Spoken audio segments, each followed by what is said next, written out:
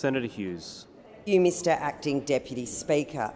I rise tonight to speak to the Climate Change Bill 2022 and the Climate Change Consequential Amendments Bill 2022. The Coalition will not support either of these bills. This is legislation that their own minister has called not necessary. To quote the minister, he stated, whilst this legislation is not necessary for the Albanese government to embark on the policy actions we have sought and received a mandate for, it is best practice. The minister is also quoted as saying, we have designed our Powering Australia plan so that it can be implemented whether legislation passes or not. It's difficult for me to understand that this remains such a priority for Labor if it's not necessary. This legislation will introduce serious externalities. Why impose those consequences on the Australian economy if the legislation is not necessary? Australia has already made known its formal 43% target, regardless of how the parliament deals with this legislation. The government updated Australia's nationally determined contribution, the NDC, in June. One would have thought that the priority of the government would to be addressing the inflationary pressure and cost of living pressures that Australian families are suffering through. Amidst their broken promise to reduce power bills for families and businesses by $275, they've now overseen the highest electricity prices on record. So I repeat the call from the Leader of the Opposition. If you actually want to help Australians at the moment, keep the promise you've abandoned. Reduce their power bills by $275. Rushing to legislate an emissions target does nothing to fulfil that promise. This legislation has serious problems which will have significant unintended consequences. So I wanted tonight to briefly summarise the Coalition's main concerns. We believe that the consultation process overlooked significant stakeholders. The government chose to alleviate itself of rural and regional concerns instead of properly consulting with those most likely to be impacted. The legislation will invite green activists to enter vexatious claims in our legal system for political purposes. Environmental activist groups could now challenge crucial projects under Commonwealth legislation, potentially delaying or halting them altogether. Furthermore, the Coalition believes the government's Powering Australia plan is not achievable or genuinely practical plan to firm 80% renewables by 2030. We are, however, concerned that the legislation is not equitable nor fair. And what I mean when I say that this legislation gives no consideration to how an increase in power bills could cause economic distress to families or businesses, these bills are actually also likely to restrict crucial government agencies such as the Northern Australia Infrastructure Facility, Infrastructure Australia and Export Finance Australia from supporting important projects. Furthermore, there are grave concerns that these restrictions will inhibit our national security and particularly objectives in the Pacific by reducing Export Finance Authority's flexibility. The Coalition believes that the Labor government's continued rejection of sensible debate on latest generation nuclear power is disingenuous. Stakeholders have said to us and have said to the inquiry that was held, such as the Australian Forest Products Association, raised concern with the legislation as it relates to consultation, or rather I should say the complete lack of consultation concerning certain aspects of the bills. The Department of Agriculture, Fisheries and Forestry was not consulted on the Climate Change Consequential Amendments Bill 2022 prior to its introduction. This bill could have serious impacts on the agricultural industry as an emissions-intensive industry, but the Climate Change Department failed to consult with the Agricultural Department on how this bill might impact on our primary producers. So this leads me to believe that the consultation process failed in its duty to inquire upon all communities about the manner in which this legislation may impact them. the consultation process of heightened concern because of the government's failure to conduct proper socio-economic modelling. Whilst providing evidence, the Department of Climate Change, Energy, the Environment and Water and the Department of Agricultural, Fisheries and Forestry admitted they've done no modelling on the impacts of the Climate Change Bill and the Consequential Amendments Bill on rural and regional Australia. The government failed to properly consult rural and regional perspectives and failed to conduct socio-economic modelling on the impact that it would have on these communities. Absolutely disgraceful. And without such processes, these bills may now have provisions that lead to incredibly serious unintended consequences. These are significant oversights on behalf of the government which should have been addressed, and the government should have sought to facilitate genuine consultation and discussion around this legislation. Unfortunately, though, despite claiming they would govern under a new style of politics, the government's haste is an attempt to influence political outcomes and obviate genuine criticism and differing perspectives. As stated in our dissenting report to the inquiry into these bills, the Coalition believes rigorous consultation, modelling and social impact assessments have been overlooked in the drafting and introduction of these bills. And if the Labor Party continues to insist on passing this legislation, they will have effectively entered Australia into a new era of green lawfare. The Coalition believes that these bills will invite unacceptable and fundamentally vexatious green activism into the courts and our legal system. And I note the experience of other countries who have codified into law some of these pieces of legislation. The UK, in particular, has been subject to significant legal consequences as a result of the codification of emissions reduction targets.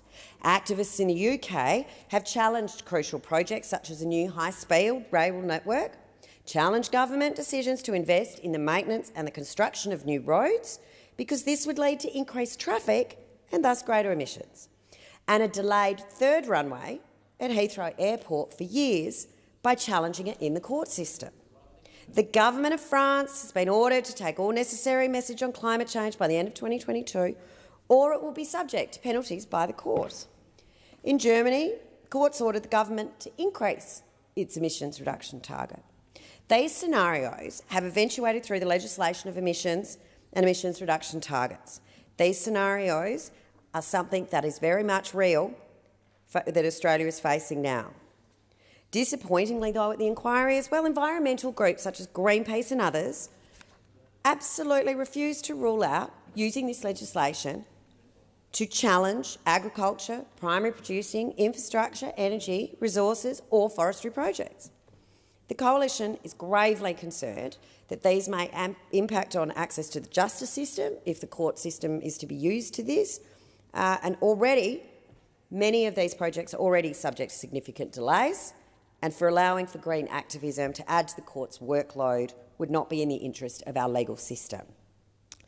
And the government's target of 43% includes a plan to have an 82% renewables by 2030 under their Powering Australia plan.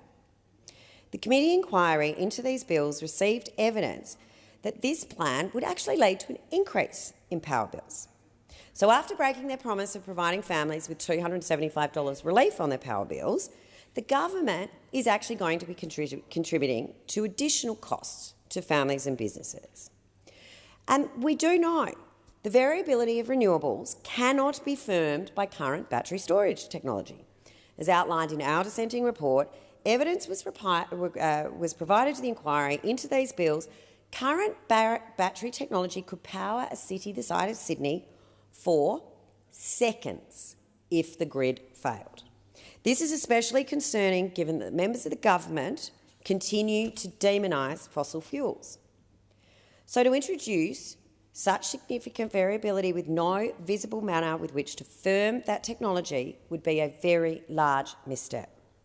The Coalition also has very serious doubts concerning the Labor government's ability to deliver on its commitment to 82% renewables by 2030, and as raised by Nuclear for Climate Australia in their submission to the inquiry into these bills, and I quote, "It's intended that emissions reductions in electricity generation throughout all sectors of the economy be achieved using renewables with storage. In view of the embodied carbon emissions in wind, solar and storage devices, it is physically impossible to achieve net zero using these devices. Their constant replacement, weather dependency and lack of reliability will render methods of negative emissions such as carbon sequestration or atmospheric removal entirely uneconomic. So for Australians who are already under constant cost of living pressures, any rise in their power bills will have a detrimental impact on their lives. And this legislation, though, fails to address the economic cost of rising power bills. But we do know that this government has very little concern for families who are managing very expensive power bills. Amidst the highest electricity prices on record, this Labor government, as I said, has abandoned their $275 better off plan for families. They ditched the promise, and I believe that one of the primary responsibilities for government when altering energy policy is to ensure that people can keep their lights on, they can turn their dishwasher on after 6 p.m. at night, and that they can afford to do so. I've said this time and again and will continue to do so. These bills will put pressure on already very high cost of living pressures on families. This will potentially inhibit some Australians from being able to afford to keep their lights on, to keep their fridge running, to keep the air conditioning on in summer or the heater on in winter. This will have significant impact for our communities. But of what could almost be of some greater concern or equal concern is the fact that this legislation could actually inhibit our national security objectives, particularly in relation to the Pacific. Our region, I think everyone can agree, is going through a period of heightened tensions.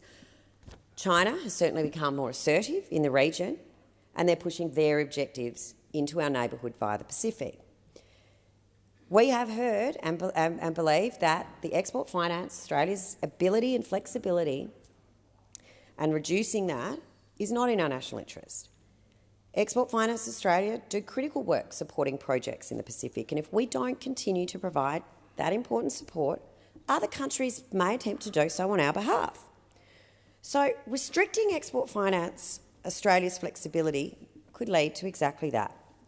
If we do not support these projects, we can be opening up the door for China to do so.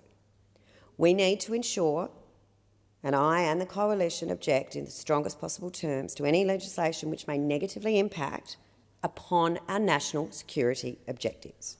But it's not just the Export Finance Australia, it's also the Northern Australia Infrastructure Facility from supporting projects in various industries which are considered emissions intensive. So these agencies manage and support the funding of projects which create significant investment, provide economic stimulus and create jobs. But by restricting their decision-making and putting, it's just not in the national interest and could inhibit these opportunities. I do just also want to touch on nuclear energy and the government with its Powering Australia plan and its calls for 82% renewables in the grid to achieve their target of a 43% emissions reduction, that there needs to be input into the grid, more variability into the grid, and it needs to be firm. So given the government's focus on reducing emissions, it would appear to me now that its continued rejection of a genuine debate, that's all, a discussion, on nuclear power is purely ideological. So the Coalition urges the government to please engage in sensible discussions with us on these matters. So, in closing, and I know we have a long night ahead of us because, again, in transparency, we're going to push this through and maybe guillotine at some stage. We won't be supporting these bills because we support Australians. They are founded upon unachievable policy principles, and they will have very, very serious unintended consequences. The government has in no way done adequate consultation. In fact, it would look like they've gone out of their way to not consult those sectors, like agriculture, like primary production, like forestry, that will be so affected by this. They have done no modelling of how this will impact rural and regional communities as they shut down jobs. These bills will also increase green activism, the lawfare, the lawyers' picnic, the vexatious claims that are about to be launched will be significant. We will see a continual increase in energy prices. And as I said, this has the potential to have a very significant impact on our ability to further our national security objectives in the Pacific.